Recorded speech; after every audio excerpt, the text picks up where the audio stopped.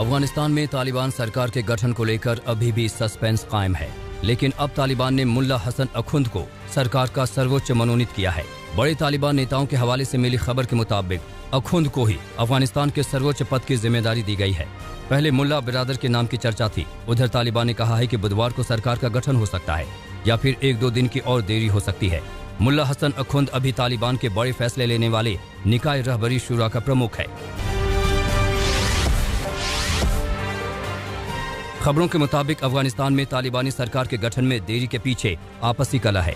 बताया जा रहा है कि अफगानिस्तान के सुप्रीम लीडर के चयन को लेकर तालिबान और हक्कानी जैसे सहयोगियों के बीच मतभेद है। एक अमेरिकी वेबसाइट की माने तो हक्कानी नेटवर्क और तालिबान के बीच सहमति नहीं बन पा रही।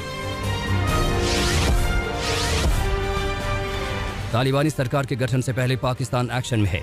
उसकी खुफिया एजेंसी के प्रमुख लेफ्टिनेंट जनरल फैज हमीद काबुल में हैं और मुल्ला गनी बिरादर से मुलाकात की है।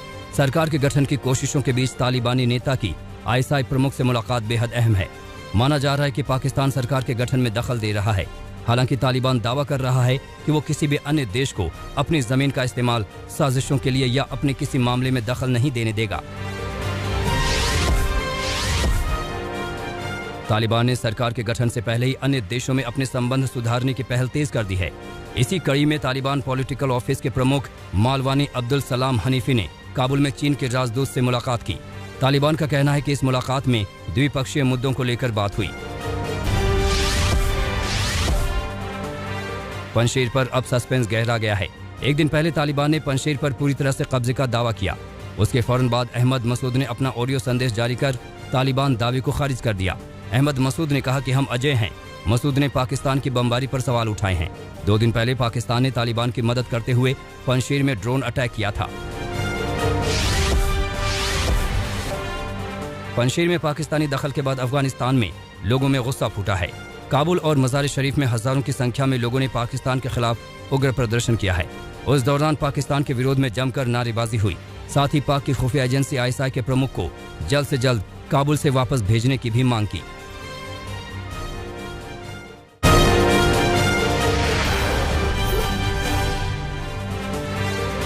आज हरियाणा के करनाल में किसान संगठनों की महापंचायत होनी है।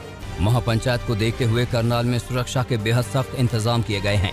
कल दोपहर 12:30 बजे से ही करनाल में इंटरनेट सेवाएं बंद हैं, जो आज रात 12 बजे तक बंद रहेंगी।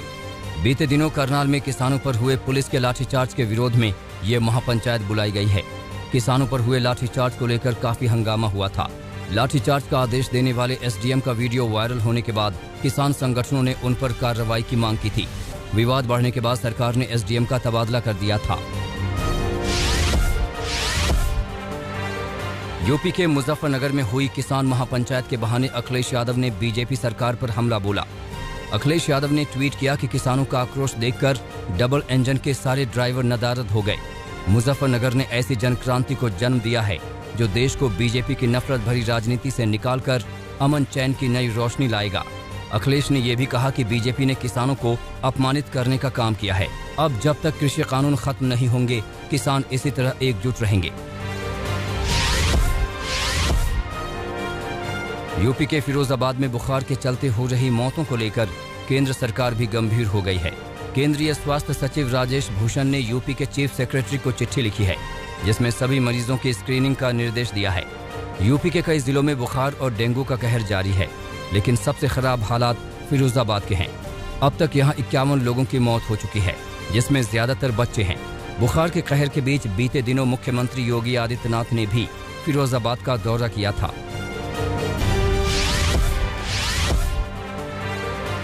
केरल हाईकोर्ट ने कहा कि टीके की दूसरी डोज 84 दिन के बजाय 28 दिन बाद ही लगाई जाए। केरल हाईकोर्ट ने केंद्र से कहा कि कोविन पोर्टल पर कोविशील्ड लेने वाले लोगों को 4 हफ्ते बाद से ही अपना दूसरा डोज लगाने का विकल्प दिया जाना चाहिए, जिसके बाद जो लोग 84 दिन से पहले वैक्सीन लगवाना चाहते हैं वो ऐसा कर सकते हैं। देश में अभी केरल में कोरोना के सबसे ज्यादा केस आ रहे हैं। बीते 24 घंटे में केरल में कोरोना के 19,600 से ज्यादा नए केस आए।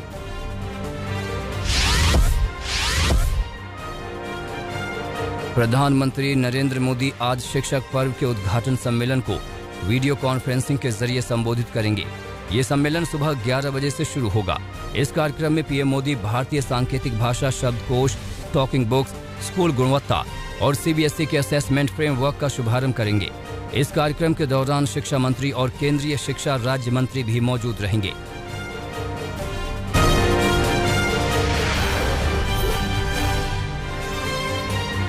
एआईएमआईएम के मुखिया असदुद्दीन ओवैसी आज से अपने 3 दिनों के दौरे पर यूपी पहुंच रहे हैं। उनका पहला पड़ाव अयोध्या की रुदौली है। ओवैसी के अयोध्या दौरे से पहले ही यूपी की सियासत गर्मा गई है। दरअसल ओवैसी की पार्टी के बैनर पोस्टर में अयोध्या की जगह फैजाबाद लिखा गया है। ओवैसी खुद भी अयोध्या की बजाय फैजाबाद का ही जिक्र कर रहे हैं। अयोध्या के स्वामी परमहंस दास ने चेतावनी देते हुए कहा है कि अगर ओवैसी अयोध्या को फैजाबाद बताएंगे तो उनकी सभा नहीं होने दी जाएगी। साल 2018 में यूपी सरकार ने फैजाबाद जिले का नाम बदलकर अयोध्या कर दिया था। असदुद्दीन ओवैसी के दौरे से पहले अयोध्या जिले के नाम को लेकर सियासत बढ़ती जा रही है। ओवैसी अयोध्या को फैजाबाद कह रहे हैं। इस बीच सुहेल देव भारतीय समाज पार्टी के अध्यक्ष ओम प्रकाश राजभर ने भी ओवैसी का समर्थन किया है। ओम प्रकाश राजभर ने कहा कि देश और दुनिया में हर कोई जिले को फैजाबाद के नाम से ही जानता है। ऐसे में ओवैसी कुछ भी गलत नहीं कह रहे। बीएसपी अध्यक्ष मायावती आज से अपने चुनावी अभियान की शुरुआत कर सकती हैं। 22 जुलाई से शुरू हुए बीएसपी के ब्राह्मण सम्मेलन का पहला चरण आज खत्म हो रहा है। इस मौके पर मायावती अपने चुनावी अभियान का आगाज कर सकती हैं। ब्राह्मण सम्मेलन के पहले चरण का समापन लखनऊ में होगा। इस मौके पर मायावती सम्मेलन में शामिल होंगी और कार्यकर्ताओं को संबोधित करेंगी।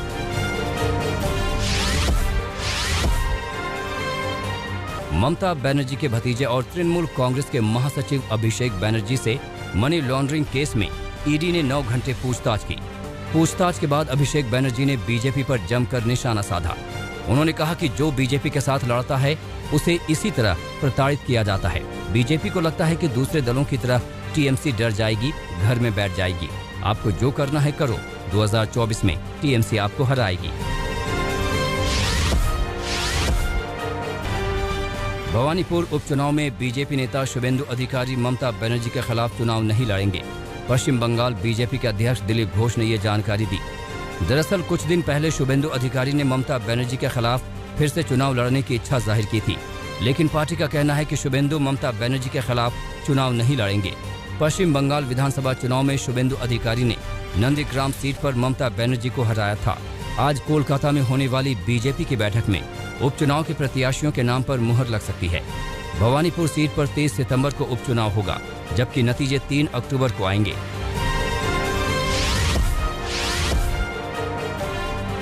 टीएमसी नेता मुकुल रॉय ने दावा किया है कि पश्चिम बंगाल बीजेपी के 24 विधायक उनके संपर्क में हैं, जो ममता बनर्जी के नेतृत्व में काम करना चाहते हैं। मुकुल रॉय के इस दावे पर बीजेपी नेता रितेश तिवारी ने कहा कि वो ऐसे बयान को गंभीरता से नहीं लेते, क्योंकि मुकुल रॉय दिन में कुछ और बोलते हैं और शाम तक अपनी ही बात से पलट जाते हैं।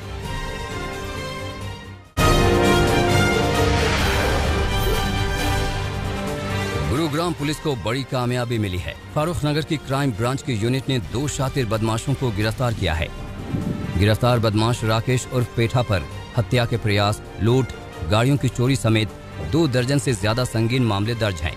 वहीं दूसरे बदमाश अमित उर्फ टुंडा के खिलाफ भी आधा दर्जन संगीन अपराध दर्ज हैं। बीती 10 जुलाई को भी दोनों आरोपियों ने एक लूट की थी।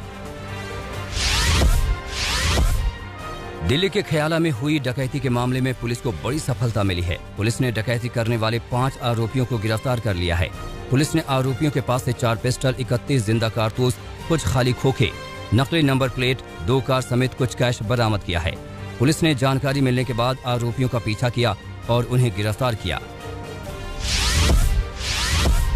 गुजरात के सूरत में पुलिस पर गंभीर आरोप लगे हैं।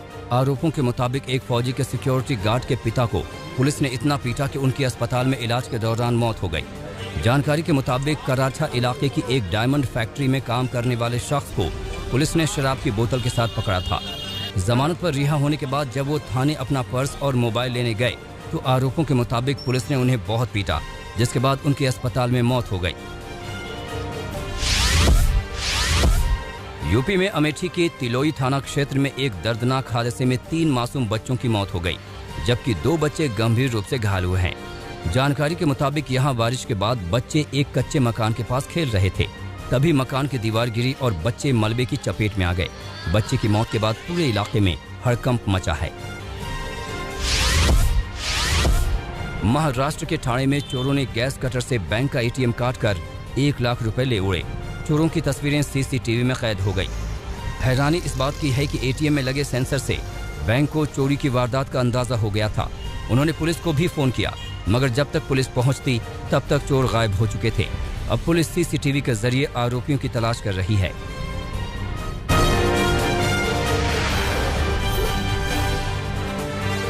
भारत और इंग्लैंड के बीच ओवल में खेला गया चौथा टेस्ट टीम इंडिया ने 157 रन से जीत लिया है। मैच में इंग्लैंड के सामने 368 रनों का टारगेट था, लेकिन पूरी टीम सिर्फ 210 रनों के स्कोर पर ढेर हो गई और भारत ने ये मुकाबला जीतकर सीरीज में 2-1 की बढ़त बना ली। 50 साल बाद भारतीय टीम ओवल के मैदान पर कोई टेस्ट मैच जीतने में सफल रही। ओवल टेस्ट के आखिरी सेशन में भारत को 2 विकेट की दरकार थी। वहां उमेश यादव ने अपनी बेहतरीन भूमिका निभाई। उन्होंने 9वें विकेट के लिए क्रेग ओवरटन को आउट किया, फिर आखिरी विकेट जेम्स एंडरसन का झटका। दूसरी पारी में उमेश यादव ने सबसे ज्यादा 3 विकेट लिए। पहली पारी में भी उन्होंने 3 खिलाड़ियों को आउट किया था। इस मैच में जसप्रीत बुमराह, शार्दुल ठाकुर और रविंद्र जडेजा को 2-2 विकेट मिले। अब सीरीज का आखिरी टेस्ट 10 सितंबर से मैनचेस्टर के ओल्ड ट्रैफर्ड मैदान में खेला जाएगा।